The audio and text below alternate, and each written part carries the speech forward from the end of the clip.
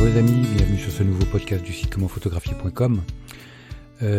Aujourd'hui, je souhaitais répondre à une question au sujet d'une personne qui veut faire des portraits en contre-jour, en extérieur, au flash, et qui veut utiliser une astuce dont j'avais parlé, que moi j'utilise fréquemment, quand je n'utilise pas la synchro haute vitesse pour faire des photos au flash avec une pleine ouverture de 8 dans ces eaux-là, avec une vitesse qui ne soit pas au-delà de la vitesse synchro flash. C'est-à-dire que souvent, quand on est en extérieur, en plein soleil, qu'on veut faire un portrait en contre-jour, peu importe, si on veut se mettre à 2.8 pour avoir un fond bien flou et un visage bien net, eh bien à 2.8 ou à même ouvert un peu plus haut, à 100 ISO ou 50 ISO, on va avoir une vitesse qui va aller au-delà du 200e de seconde ou du 250e de seconde, ce qui fait que la vitesse, le temps de pause sera beaucoup trop rapide par rapport au flash. Donc on est obligé d'avoir une astuce, quelque chose pour pouvoir faire notre portrait à 2.8 par exemple, et non pas à 3.5 ou à 5.6 parce qu'on va être obligé de fermer si on veut respecter la bonne vitesse. Donc l'idée c'était d'utiliser un filtre ND. Donc là la question c'est de savoir quel filtre ND utiliser, quel indice d'assombrissement utiliser pour faire un portrait de la sorte. Alors au niveau du setup, le flash en général il est déporté, mais il peut très bien ne pas être déporté. Vous pouvez garder votre flash Cobra sur votre appareil photo si vous n'avez pas le matériel pour faire de l'éclairage déporté avec le flash. Après, pour avoir un flash Cobra déporté, vous prenez un petit trépied, vous fixez votre flash sur le trépied. Et l'idée, c'est d'avoir un système de radio, un émetteur et un récepteur. Donc l'émetteur, vous le mettez sur la griffe porte-flash de votre appareil photo. Soit ça se déclenche automatiquement via la grille, la prise porte-flash, soit vous utilisez un câble que vous raccordez à votre appareil photo, un câble adapté évidemment, et ensuite le récepteur, vous le mettez sous le flash, vous avez une griffe porte-flash sur votre récepteur, et c'est le récepteur que vous allez mettre sur le trépied. Donc voilà un peu le système grosso modo. Ce qui fait que quand vous déclenchez votre photo, l'émetteur va envoyer un signal au récepteur qui va déclencher le flash pile poil au bon moment où vous allez faire votre photo. Donc ça, c'est des systèmes qui vont fonctionner avec du Wi-Fi, soit du système radio, soit du système Bluetooth, soit vous pouvez également le faire via un câble. Il y a des grands câbles qui existent, des grands câbles de déclenchement. Autrefois, c'est ce qu'on utilisait quand les systèmes sans fil n'existaient pas. On utilisait du câble synchro flash, on avait des câbles relativement longs. Après c'était relativement fragile parce que si on marchait dessus, si on posait quelque chose de lourd dessus, c'était relativement fragile et la durée de vie était relativement limitée. On se prenait les pieds dedans, parfois aussi on faisait un peu de la casse. Donc quel filtre ND utiliser pour faire un portrait en pleine journée, en plein soleil ? Je dirais un filtre ND, pas besoin d'avoir un filtre ND trop puissant. ND4, ND8, pour ma part j'ai un filtre ND4 qui fonctionne très bien, donc ça va vous assombrir de 2 ou 3 stops, c'est suffisant, on n'a pas besoin d'avoir beaucoup plus, et puis surtout c'est que ce qu'il faut bien penser c'est que votre filtre ND ne doit pas être trop sombre dans la mesure où vous devez pouvoir garder l'autofocus. Ça c'est important parce que souvent du portrait on va le faire à main levée.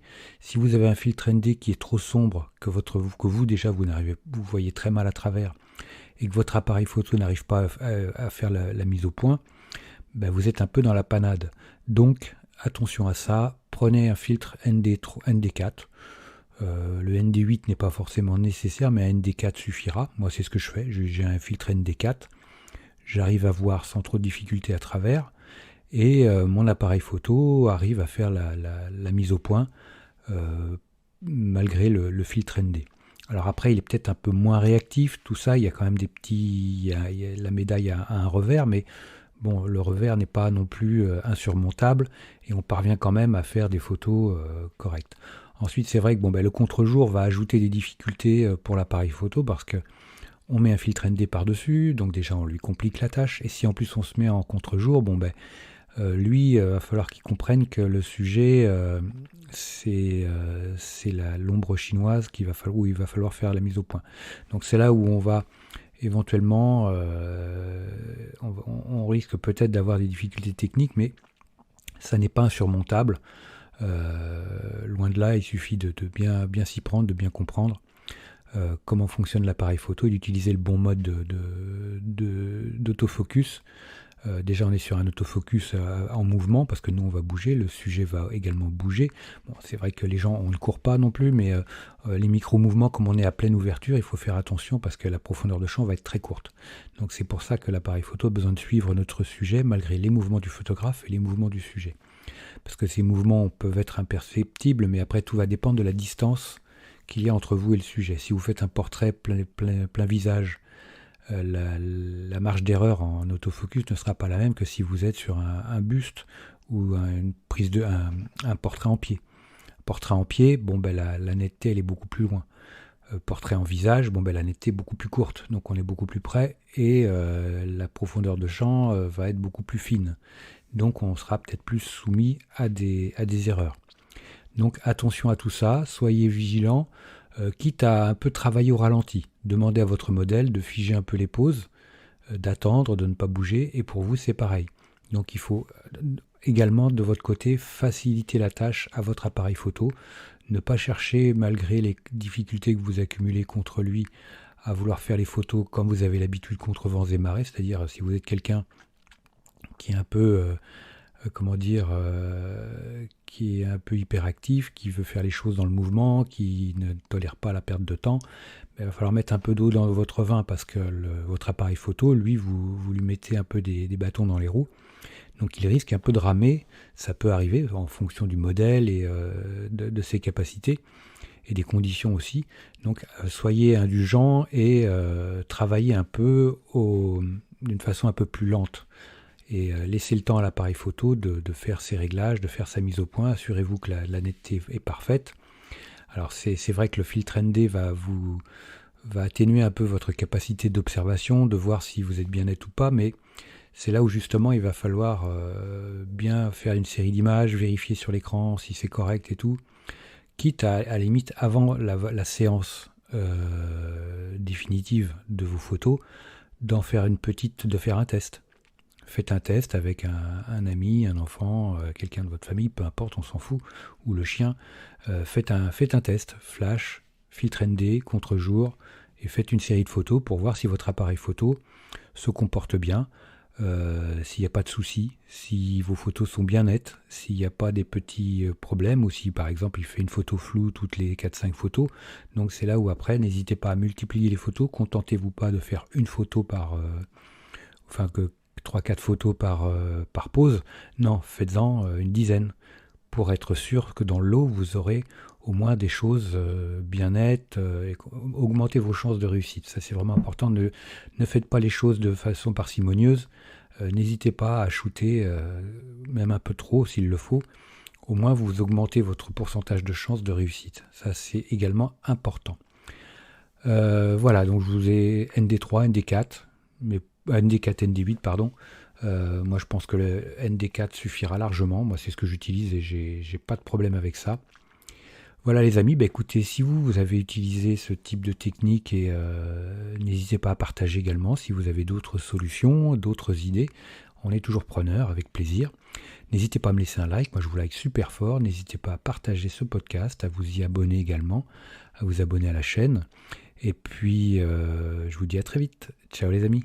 Dernière petite chose avant de se quitter, si ce n'est pas déjà fait, je vous encourage à faire partie de ma liste de contacts pour bénéficier de conseils quotidiens, d'astuces photographiques, de choses vraiment utiles et intéressantes à connaître, à savoir, ou à se faire rafraîchir la mémoire sur certains sujets.